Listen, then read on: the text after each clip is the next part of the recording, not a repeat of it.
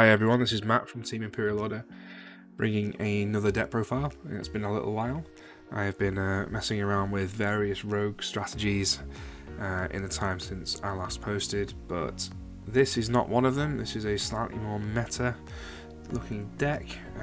It's Live Twins, also known as Crossout Designator, the deck. And I'm going to bring you through this now. There's a little bit of my own kind of twist on it that I know a lot of people don't play. I think it might be a bit superfluous, but I will convince you that the spice is not too hot, not too cold, and is in fact just right. So let's get into that.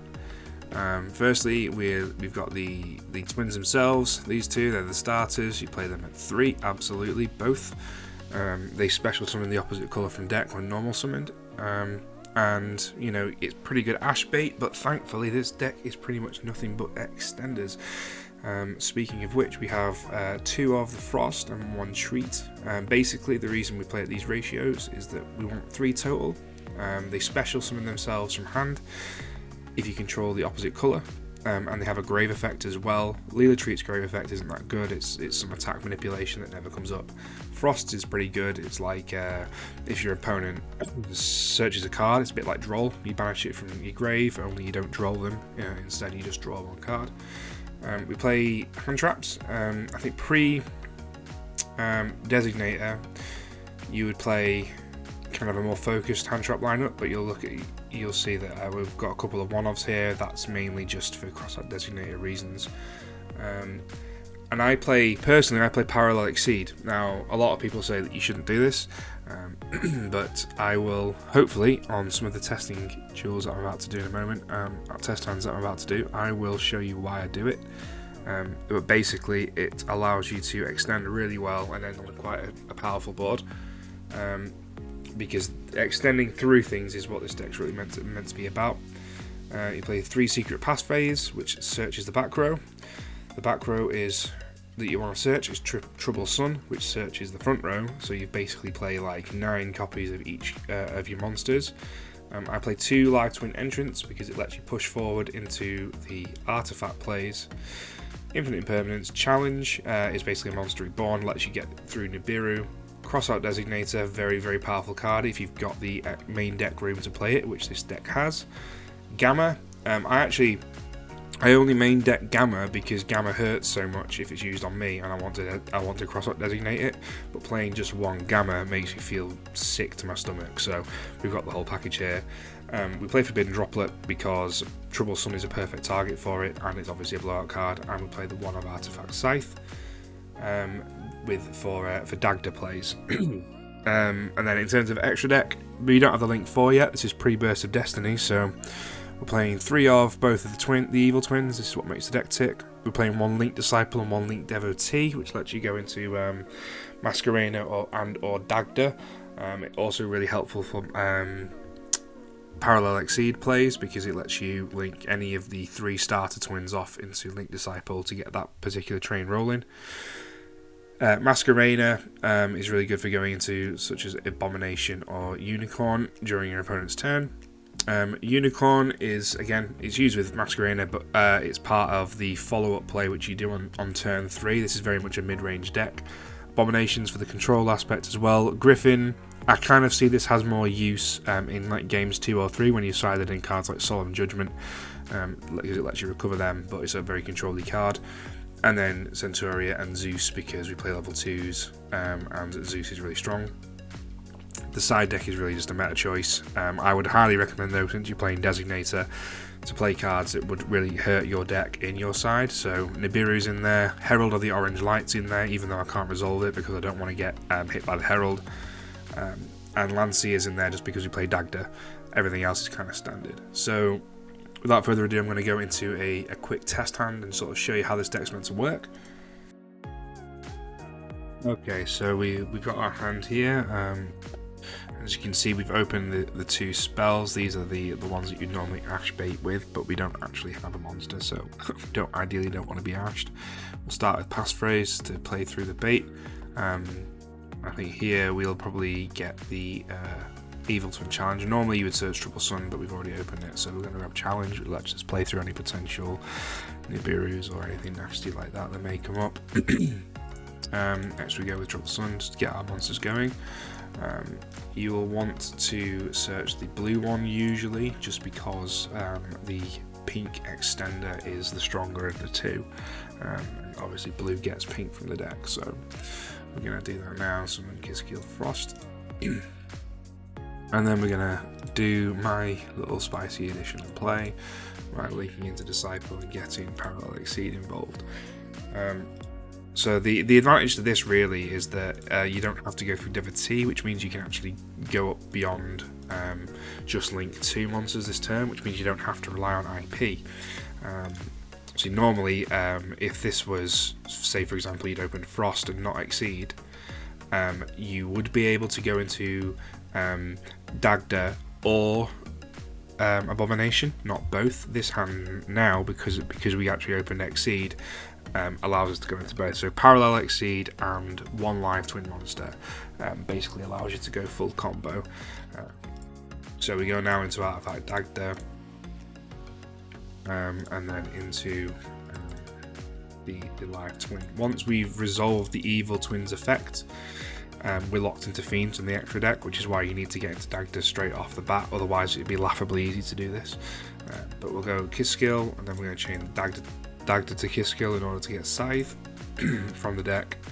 And then from here we just sort of do the normal live/evil twin things, which is summoning the opposite colour, using that colour to bring back. So yeah, summon blue to bring back pink. Pink then draws 1. And then on my opponent's turn, blue's going to pop 1. And then from here, oh, see, Forbidden Droplet, good lord, right. So from here we will link into Abomination. And we will set all the cards, and then that's basically it, set 5 pass, right? So this is set up some serious pain from our opponent turn 3. Ideally we're going to stun them out, so we'll show you how that'll look. So on my opponent's turn, obviously here we're not playing against an opponent, but let's say they do something, I don't know what, we're pretty much immediately going to shotgun Skill, which will bring back Leela. We then use Leela to destroy Scythe. And then once Scythe activates, we can actually chain block Scythe using Abomination. Obviously we're not going to do that here because there's nothing that we particularly want to destroy, but we absolutely can do that. So now Scythe comes back. So now our opponent's facing down a Scythe board. Say they normal summon something, Abomination will have removed it, and they're under Scythe, and they've got a Droplet Impermanence to play through. So fundamentally they're not going to play through that, let's be honest. So if say they end on an empty board, if they pass whatever, then it's kind of happy days. What we'll do is we'll have Abomination. Say they just walled up, right? So we have Abomination destroy Leela in the end phase. Saves having to link her off.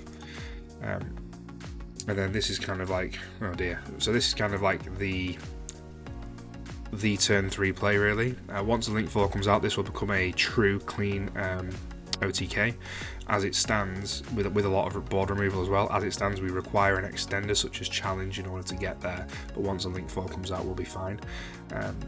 So what we want to do here is we want to use Skill's effect to bring back Leela. So Leela comes back, and then Leela will destroy a card an opponent controls, Abomination will destroy, so on and so on. We then go with Skill and Scythe into Unicorn, using Unicorn's effect because he's co-linked. I will frequently do this where I'll shuffle back my own Trouble Sun, because while Trouble Sun remains on the field, its only effect is like a Trickstar style burn effect. It's really useful with Forbidden Droplet, but here I'm going to use it in order to draw a card. So that. And then we go into the effect of Leela, which this may actually result in game, because we just drawn that. We'll summon back Skill. Skill's effect will let us draw another card. So what we've done now is we have destroyed 2 cards my opponent controls, shuffled 1 card into the deck, and drawn 2 ourselves. So this, unfortunately, is not lethal on board right now, but we should be able to get there now that we have treat, that we've got treat or troublesome. Both of them will work. So what we'll do is we'll just go straight for game now. This is kind of like a slightly more risky play, but it kind of, I mean, we're against an empty board here, right, in theory, so we'll go into Griffin's effect, we'll discard the Gamma, we're not going to need that anymore, get the passphrase and draw another card, and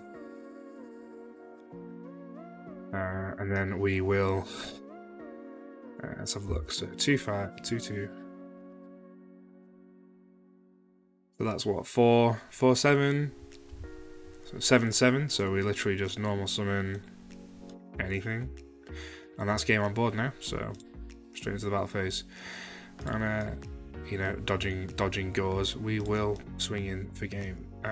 Obviously this is the ideal scenario, this is like if you're absolutely bodying somebody, but that's how the deck's meant to be played. We obviously have plenty of interruptions and stuff to try and grind the opponent out, but once the Link 4 comes into play, we don't need to bother with Griffin or anything like that. We pretty much just, in fact, we don't really need to bother with Unicorn, although Unicorn is obviously good to do. It's a further removal.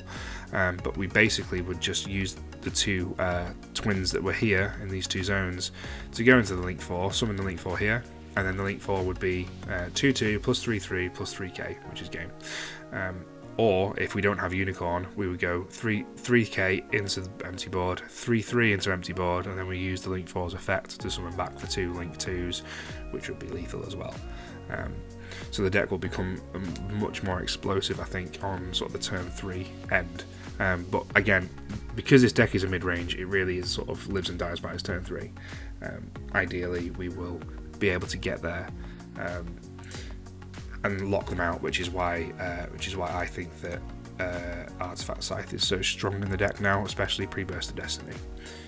Anyway, that is my deck. That's the deck profile. I've not been around for a while. Pretty much that's just because the meta, like, I don't know, it's not really interested me massively. I don't really particularly enjoy Drytron or Tri-Brigade. Other members of the team have been doing pretty well, but not necessarily with those strategies. But we have started up playing a little bit more local play now, in-person play and so forth, so the love of the game is coming back. Hopefully other members of the team will be on this channel, but I am rapidly giving up on that dream. Hopefully it will become a reality one day. But in the meantime, this has been Matt from Imperial Order. Thanks for watching. If you like it, give us a subscribe or something, and maybe YouTube will let you know when I finally do upload again. But until then, and until the next time, whenever that may be, thanks for watching, and see you later.